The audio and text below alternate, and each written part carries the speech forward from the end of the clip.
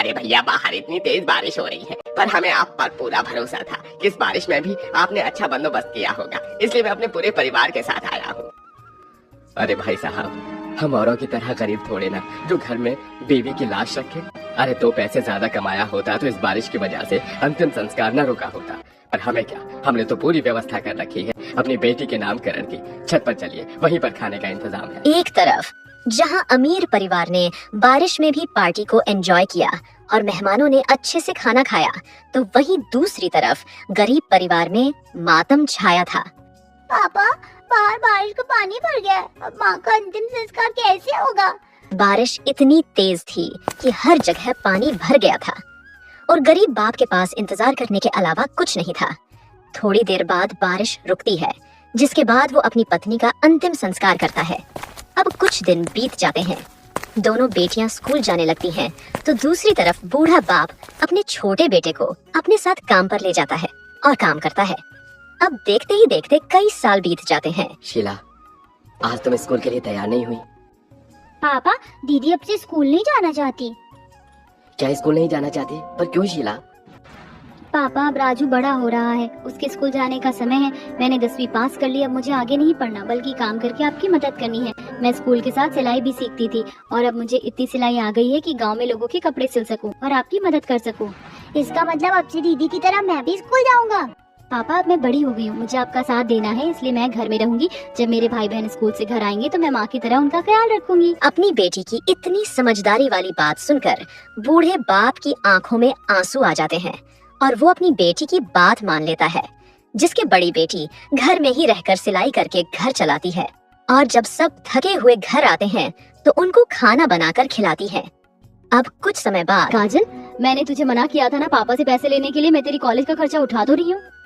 अरे शीला, क्यों बेचारी को डांट रही हो? वैसे भी अब तुम दोनों बहन का साथ बस कुछ ही दिन के लिए है। मैंने सुरेश भाई साहब से बात करी है तेरे रिश्ते के लिए। नहीं पापा, मैं पहले शादी नहीं करूंगी, पहले मैं अपनी छोटी बहन की शादी करवाऊंगी। काजल अभी नादान है, मेरे जाने के बाद वो आपका और राजू का ख्याल नहीं रख पाएगी। पर शीला, समाज क्या बोलेगा? बड़ी बहन के होते छोटी बहन की शादी पहले। वे सभी आपस में बात कर ही रहे होते हैं कि तभी वहाँ पर उनका पड़ोसी घर आता है। ये लो विनोद भाई साहब मिठाई। पता नहीं तुम अपनी बेटी की कभी शादी कर पाओगे या नहीं।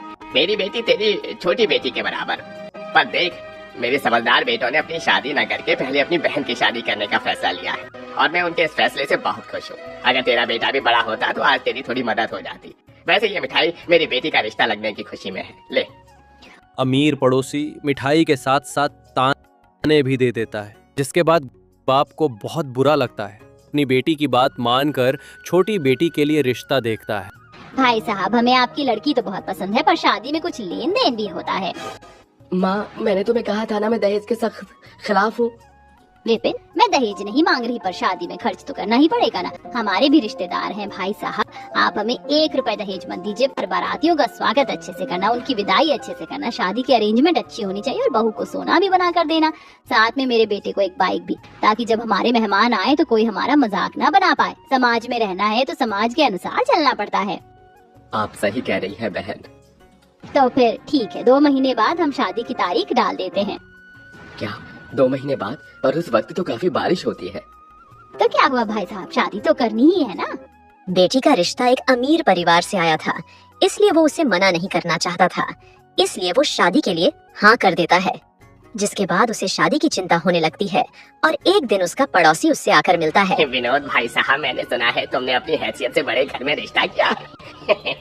रिश्ता तो इतने बड़े घर से जोड़ लिया, पर कोई कमी मत रखना। और तुम अपनी बेटी की शादी मेरी बेटी के साथ कर रहे हो, बराबरी करना चाहते हो क्या?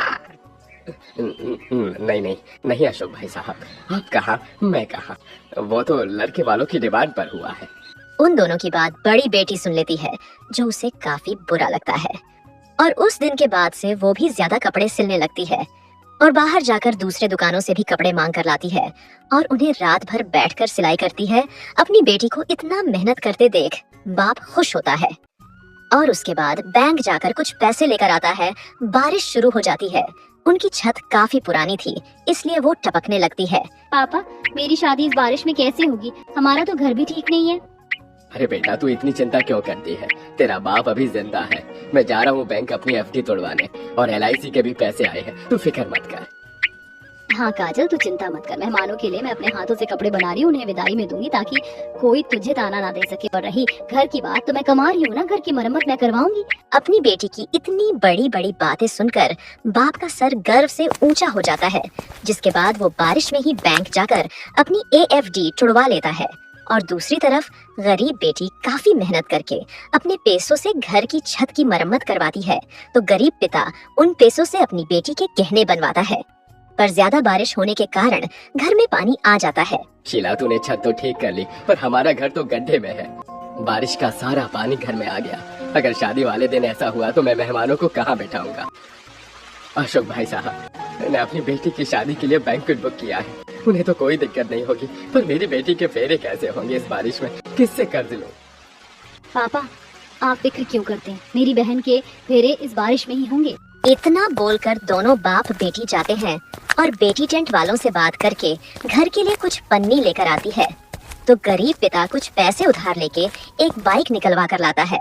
तो वहीं बेटी कुछ ईंटें भट्टे पर लेकर आती है और उन्हें फर्श पर बिछा देती है। पापा, मैंने सारा इंतजाम कर लिया। अब हमारा घर ऊंचा है, मैं जमीन पर चटाई बिछा देती हूँ और हाथों से दीवारों की लिपाई करके उस पर डिजाइन बना दूंगी। घर के बाहर चौकी लगाकर मैंने मंडप सजाया है और मंडप के ऊपर बड़ी सी पन्नी लगाई है ताकि फेरे लेते हुए कोई दिक्कत ना आए। देखिए जी, बेचारे गरीब विनोद भाई साहब अपनी बेटी की शादी के लिए इस बारिश में कितने जुगाड़ कर रहे हैं। चलिए, हमने तो बैंक्वेट किया है, पर और तेज बारिश होने लगेगी तो रोड पर पानी भर जाएगा। पता नहीं कैसे इनकी बेटी के फेरे पूरे होंगे। इतना बोलकर अमीर पड़ोसी अपने परिवार के साथ गाड़ियों में सामान रखकर शादी वाले हॉल में चले जाते हैं। बारिश काफी ज्यादा तेज थी, पर उनकी बेटी की शादी का सारा अरेंजमेंट हॉल में था, तो उन्हें कोई परेशानी नहीं होती है। बनगट का यही फायदा है। बाहर आंधी तूफान बारिश हो, पर अंदर किसी को कुछ पता ही नहीं चलता। लड़की के फेरे भी शुरू हो गए और हमें देखो, बाहर बारिश हो रही है, इसका एहसास भी नहीं हो रहा। एक तरफ जहां अमीर परिवार की शादी में बारिश का किसी कुछ पता नहीं चलता, तो वहीं दूसरी तरफ गरीब पिता के घर भी मेहमान आते हैं, तो उनका अच्छे ख्याल रखा जाता है। उन्हें बैठने के लिए जगह भी दी जाती है और बारिश में मंडप में कुछ लोग फेरे करवाते हैं और उनकी बेटी की शादी भी अच्छे से होती है। शांति बहन लड़की वाले भले ही गरीब हैं, पर उन्होंने सारी अरेंजमेंट कितनी अच्छी करी, वरना इतनी तेज बारिश में तो अच्छे अच्छे मंडप उड़ जाते। और यहाँ देखो, बारिश की एक बूंद भी नहीं रही और कितने आराम से बच्चों के फेरे हो रहे हैं। वो तो है बहन। इस तरह एक गरीब पिता अपनी बेटी की शादी करके उसे अच्छे से विदा कर देता है। अब देखते ही देखते पूरा साल बीत जाता है और अब छोटा दामाद अपनी बहन के लिए रिश्ता लेकर आता है। पापा, मैं माँ के सामने उस वक्त कुछ नहीं बोल सका, वरना इस बारिश में आपको इतना परेशान न होना पड़ता। पर दीदी की शादी की जिम्मेदारी अब मेरी है और मैं दीदी की शादी आपके उस अमीर पड़ोसी से भी अच्छी करूंगा। काजल ने मुझे सब बताया है। इस प्रकार अब दामाद अपनी बड़ी बहन का रिश्ता अच्छे घर में करवाकर उसकी शादी बड़ी धूमधाम से करता है, जिसके बाद सब कुछ ठीक हो जाता है।